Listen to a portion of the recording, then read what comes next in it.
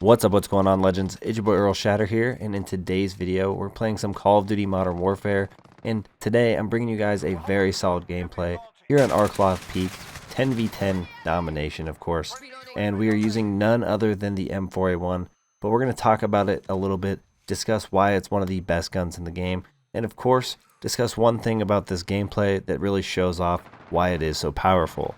Now, before we jump into the rest of the video, if you guys do enjoy this content at any time, make sure you guys go down below and show your support for the channel by smashing that like button. Let's go ahead and throw that goal of 50 likes on today's video. Also, we are only 80 away from 3,000 subscribers, so if you guys want to be a part of that journey, make sure you guys do hit that subscribe button alongside that notification bell so you don't miss out on any future content. Now, typically when you get into a video like this, talking about a weapon being super powerful, it usually comes along with a best class setup. Well, we've already covered the best class setup for this weapon on my channel, at least recently. And it has nothing to do with the class setup whatsoever. It's actually the lack of class setup that we are here to talk about. Now, the M4A1, of course, is a very dominant weapon, as we're all familiar with at this point.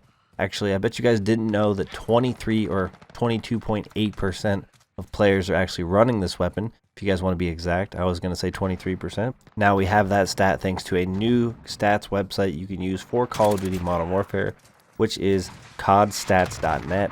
It'll allow you to see what are the most popular guns, what are the least popular guns, what's the average kill-death ratio, which I believe for the M4A1 is like 1.17 or something. So you can really see what weapons people are using. You can even go as far as to see what maps are played the most. But anyways, that's where I got that information. That's how I know this is the most used weapon currently here in Modern Warfare. And obviously having a nerf not once, but 2 different times just shows how good this weapon has really been, or just how dominant it's truly shown. And I want you guys to know the gun still absolutely shreds. It's to the point where I almost feel like it can get another nerf. In this gameplay that you guys are watching in the background, I am running the M4A1 with no attachments. That is right, 0 attachments whatsoever. The gun still absolutely destroys. I of course was trying to get my camo challenge finished so I can get gold on this weapon.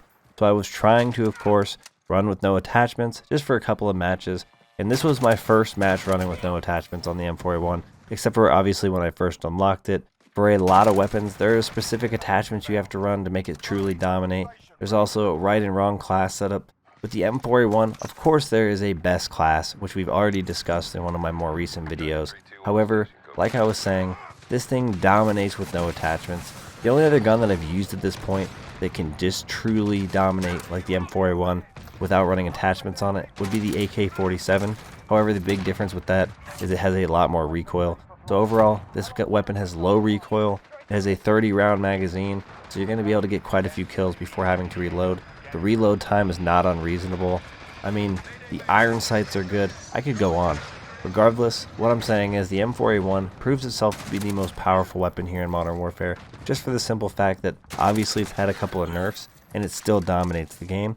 But most importantly, it is so usable for the average player or even below average player. Honestly, at some points during these matches when I was running no attachments, I kind of felt like I must have had attachments on. The weapon was just so good. But no attachments whatsoever. The weapon dominates. We add attachments. It's even more brutal and more lethal than ever. This is still why it's the most used gun, obviously, in Modern Warfare. People aren't going to use something they don't feel like is powerful. People want to be able to win their gunfights, so they run with the M4A1, and it comes to no surprise to me whatsoever. Now, in this match here in Errl Peak, I was able to have a very solid matchup. Obviously, if you guys are familiar with playing Modern Warfare, it's back and forth with whether or not you get people that move in your lobby, people that don't move, people that sit in their spawn and take the L. It's hard to get a very solid match, but I was able to find a very decent kill streak here in this game. I was able to go on at least the brutal medal. I'm not gonna lie, I probably would have laughed if the first match I had no attachments on for my camo challenge. I would have dropped a nuke in. So obviously I would have been hyped if I was able to get the no attachment nuke. I do think it's very possible with the M4A1. I think the M4A1 is going to be one of the easiest weapons to do the no attachment camo challenge, and probably a lot of camo challenges across the board. It is such a versatile weapon. It can be used for running and gunning. It can be used for holding down medium sight lines. The gun is very reliable, and there's a very good reason that a lot of people are using it here in Modern Warfare. For those of you that want to say, maybe you just had a really lucky lobby, maybe you just had a really good match, No, I actually continued, obviously, for a few matches playing with the M4A1 with no attachments. The very next match, I managed to go 29-1 on a Naya's Palace, which I'll probably share with you guys in a future video coming soon. But what I'm saying is the M4A1 is easily the most dominant weapon. It is probably something they need to really figure out the balance for, but we can kind of encourage more players to try out other guns. It is unbelievable how many people are using this weapon and how low some of the use percentages are for some of these other guns. There's a ton of guns that have less than 1%. I think it's obviously truly difficult to get balancing at 100%, but the idea is we got to get it to a place where at least people are trying out other guns.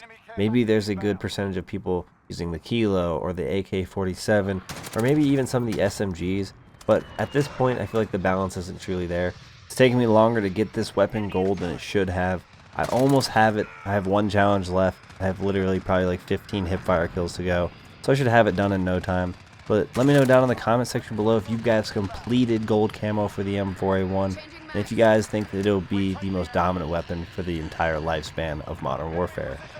Now, I do appreciate you guys for all the support in today's video. If you guys did enjoy this content at any time, make sure you guys go down below and smash that like button, as it greatly helps support the channel. Also, if you guys want to find your way back to the channel or overall want to be a part of that journey to 3,000 subscribers, make sure you guys do smash that subscribe button alongside that notification bell so you don't miss out on any future content.